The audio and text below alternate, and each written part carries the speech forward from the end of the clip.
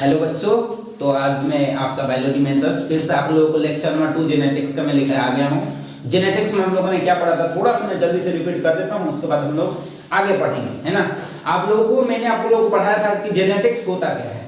Genetics क्या होता है, क्या होता है जेनेटिक्स के शाखा में बायोलॉजी को वह शाखा जिसमें हम क्या करते हैं, एक पीढ़ी से दूसरे पीढ़ी में जो लक्षण जाते हैं उसका अध्ययन करते हैं, उसको हम लोग क्या कहते हैं, जेनेटिक्स कहते हैं। जिसमें ये भी पढ़ा था, दूसरा परिभाषा पढ़ा था कि जिसमें हेरिडिटी कैरेक्टर का अध्ययन किया जाता है उसको क्या कहते हैं, बायोलॉजी को शाखा जिसमें हम हेरिडिटी कैरेक्टर का अध्ययन करते हैं उसको क्या कहते हैं, जेनेटिक्स कहते हैं। तीसरा हम लोगों ने परिभाषा जाना था कि बायोलॉजी को शाखा जिसमें हम क्या करते हैं, जीन के एक पीढ़ी से दूसरे पीढ़ी में स्थानांतरण होने की प्रक्रिया का अध्ययन करते हैं उसको हम लोग क्या कहते हैं, जेनेटिक्स कहते हैं। इतना हम लोगों ने। और क्या, जेनेटिक्स के फादर कौन है, तो ग्रेगर जॉन मेंडल। और प्रायोगिक आनुवंशिकी के फादर कौन है, टीएच मॉर्गन। और मानव आनुवंशिकी के जनक कौन है, गैरोड है। और आप लोगों ने 14 क्वेश्चन पढ़ा था कि आनुवंशिकी शब्द को कौन दिया था, बेटसन नामक वैज्ञानिक ने 1900 ईस्वी में दिया था। तो इसके पहले आप लोगों को मैं प्रश्न कुछ पूछता हूं, आप लोग अच्छी तरह से सुनेंगे और उसको कमेंट करने की कोशिश करेंगे। देख रहा हूं कि आप लोग पढ़ रहे हैं कि नहीं पढ़ रहे हैं, इसको मैं जांचने के लिए आप लोगों को 2-3 क्वेश्चन पूछा जा रहा है, इसलिए इसको अच्छी तरह से आप सुनेंगे और इसका आंसर कमेंट में आप जरूर डालेंगे। तभी तो मुझे लगेगा कि आप पढ़ रहे हैं, बच्चे हमारे पढ़ रहे हैं, तभी तो टीचर को बहुत उमंग आएगा। और जो टीचर को उमंग आएगा और बच्चे में उमंग आएगा, एक हाथ से तो ताली बजती नहीं है, इसलिए क्या करते हैं हम दोनों हाथ से ताली बजाते हैं। तो आप भी पढ़ते रहेंगे और मैं भी अच्छी तरह से पढ़ाते रहूंगा, फिर बहुत अच्छा होगा। इसलिए मैं आपसे जो क्वेश्चन पूछ रहा हूँ उसका कमेंट में जरूर उसका आंसर देना है। तो पहला क्वेश्चन है कि बताइए कि आधुनिक आनुवंशिकी के पिता कौन है, पहला क्वेश्चन। दूसरा क्वेश्चन ये है कि आनुवंशिकी शब्द को कब दिया गया था। तीसरा क्वेश्चन ये है कि आनुवंशिकी किसे कहते हैं। चौथा क्वेश्चन है कि मानव आनुवंशिकी के जनक कौन है। बस इतना ही क्वेश्चन आप लोग को क्या करना है, कमेंट में इसका आंसर बताना है। इसके बाद आज हम लोग पढ़ेंगे जेनेटिक्स पढ़ने के बाद कि जेनेटिक्स के प्रकार होते हैं। हम लोग को प्रकार तो ऐसे बहुत सारे होते हैं, लेकिन हम लोग को 3 प्रकार हम लोग को जानना है जो कि हमारे लिए क्या है, आवश्यक है। तो देखिए यहाँ पे लिखा गया है कि आनुवंशिकी के प्रकार, टाइप्स ऑफ जेनेटिक्स। तो आनुवंशिकी के 3 प्रकार होते हैं।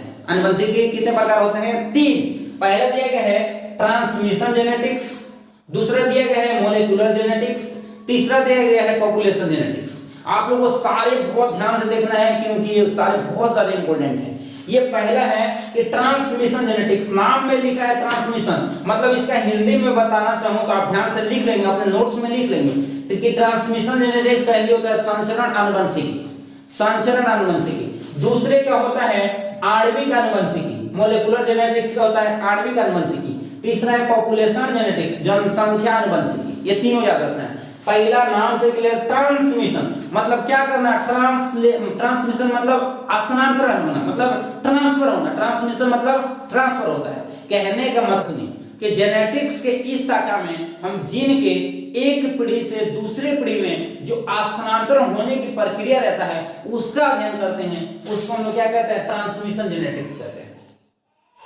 एक बार और बोल रहा हूं, ध्यान सुनिए। जीन के एक पीढ़ी से दूसरी पीढ़ी में स्थानांतरण होने की प्रक्रिया का जिस शाखा में अध्ययन किया जाता है उसको ट्रांसमिशन जेनेटिक्स कहते हैं। दूसरा है मॉलिक्यूलर जेनेटिक्स। क्या होता है, जीन का मतलब कहने का मतलब कोई ना कोई एक्सप्रेशन जरूर होता है। जीन का जेनेटिक्स की वह शाखा जिसमें हम जीन के एक्सप्रेशन मतलब कैसा अपने आप को एक्सप्रेस कर रहे हैं, उसकी प्रकृति कैसी है, उसकी रासायनिक कैसी होती है, उसकी संरचना कैसी होती है, इन सभी का अध्ययन किया जाता है, उसको हम लोग क्या कहते हैं, मॉलिक्यूलर जेनेटिक्स कहते हैं। फिर से मैं बोल रहा हूं, जेनेटिक्स की शाखा में हम लोग जीन के क्या करते हैं, फंक्शनल, स्ट्रक्चरल तथा क्या उसके रेगुलेशन तथा एक्सप्रेशन का अध्ययन करते हैं, उसको हम लोग क्या कहते हैं, मॉलिक्यूलर जेनेटिक्स। अब क्या होता है, जो एक पीढ़ी से दूसरे पीढ़ी में जाने वाला लक्षण है वो कुछ ना कुछ मानव में क्या करते हैं, एक्सप्रेस करते हैं, कुछ ना कुछ अपना प्रभाव दिखाते हैं, तो उन सभी का अध्ययन करेंगे, उसको हम लोग क्या कहेंगे, पॉपुलेशन जेनेटिक्स। फिर से सुनिए, आनुवंशिकी की शाखा में हम लोग क्या करते हैं कि जनसंख्या पर पड़ने वाले जीन के प्रभाव तथा उसके व्यवहार या नियमन का अध्ययन किया जाता है, उसको हम लोग क्या कहते हैं, पॉपुलेशन जेनेटिक्स कहते हैं। याद हो गया आप लोग, अच्छे तरह से इस तीनों का नोट्स बना लीजिएगा। चौथा है, अगला हम लोग पढ़ने जा रहे हैं आनुवंशिकी से संबंधित महत्वपूर्ण शब्द, मतलब कुछ ऐसे महत्वपूर्ण शब्द है जिसको जानना हमारे लिए बहुत आवश्यक है। अगर इसको नहीं जानते हैं, नहीं समझते हैं, तो फिर हम लोगों को फिर आगे जो चैप्टर में हम लोग को बहुत सारा चीज आने वाला उसको हमको समझ में नहीं आएगा। इसलिए इसको अच्छे तरह से ध्यान से सुनिए। इस पे लिखा नहीं गया लेकिन मैं बोलूंगा वो पॉइंट नोट कर लीजिएगा क्योंकि आपके लिए बहुत ज्यादा इंपॉर्टेंट है, बहुत ज्यादा इंपॉर्टेंट है। तो पहला दिया गया है, पहला हम लोग जीन के बारे में जानेंगे। आप लोगों को मैं पहले ही बताया था कि जीन के बारे में क्या करेंगे, डिटेल हम लोग जानेंगे। तो पहला जीन शब्द के बारे में हम लोग क्या करेंगे, जानेंगे। तो सबसे पहले ये जान लीजिए कि टोटल मैंने जितना बताया था आनुवंशिकी में कि लक्षण को ले जाने वाला कौन काम कर रहा था, कौन काम कर रहा था, जीन लेके जा रहा है। इसीलिए तो जेनेटिक्स नाम क्यों पड़ा था, उसमें वर्ड था जीन। तो एक पीढ़ी से दूसरे पीढ़ी में जो लक्षण लेके जाते हैं वो जीन होते हैं। तो आपको ये सारा का सारा काम कौन कर रहा है, जीन। तो पहला पॉइंट याद रखना है जीन के बारे में कि आनुवंशिकी के संरचनात्मक एवं क्रियात्मक इकाई कौन है, जीन है, पहला पॉइंट। दूसरा पॉइंट याद रख लेना है, जीन शब्द को जोहानसन नामक वैज्ञानिक ने 1909 में दी थी। ये भी याद रखना है कि जीन शब्द जो है इसको कौन दिया था, जोहानसन नामक वैज्ञानिक ने 1909 ईस्वी में इस शब्द को क्या किया था, दिया था। अब उस समय जो मेंडल काम कर रहे थे ना, तो उस समय जीन के बारे में पता नहीं था, क्योंकि कब दिया गया था, वो तो काम कर रहे थे 1856 से 1863 तक।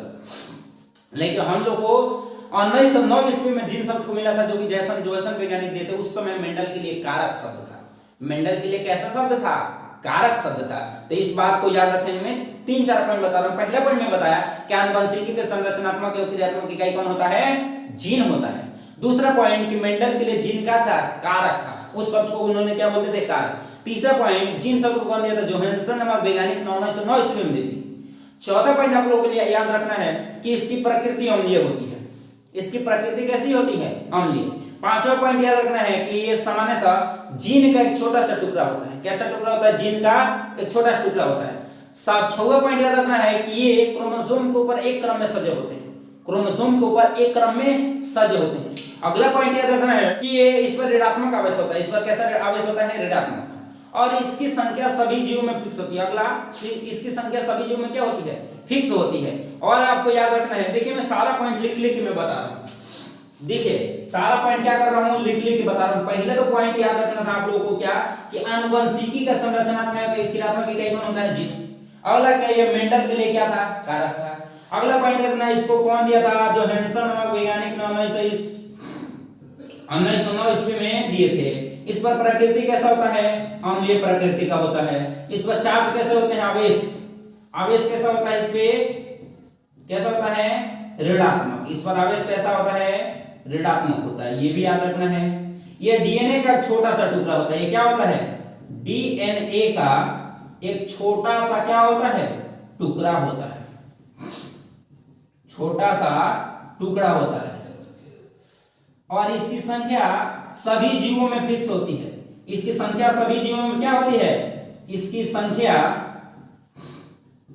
सभी जीवों में फिक्स होती है। याद रखना है कि इसकी संख्या सभी जीवों में क्या होती है, फिक्स होती है।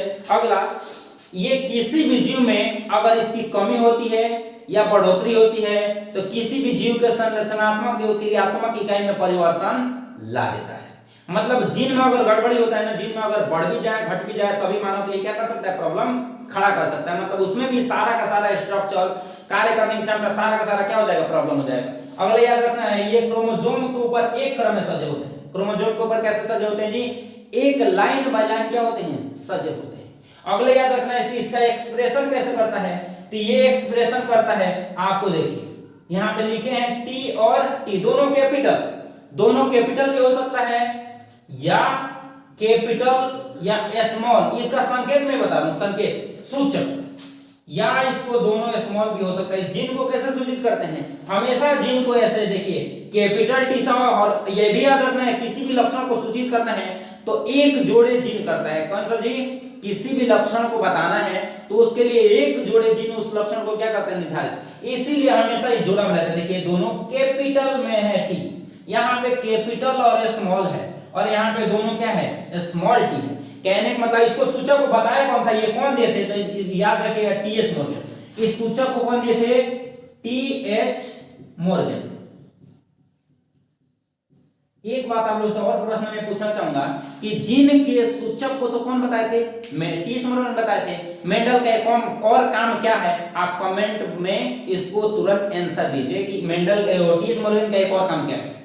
ठीक है, मैं जितना पॉइंट बता रहा हूं ध्यान से सुनो, याद हो जाएगा। 10 पॉइंट आप लोग को सुन लीजिए। आप लोग को पहला कि जीन क्या है, आनुवंशिकी का संरचनात्मक एवं क्रियात्मक इकाई कौन होता है, जीन होता है। दूसरा याद रखना है कि मेंडल के लिए क्या था, कारक था। तीसरा पॉइंट याद रखना है, सब जीन शब्द को कौन दिए थे, जोहानसन नामक वैज्ञानिक ने 1909 ईस्वी में दिए थे।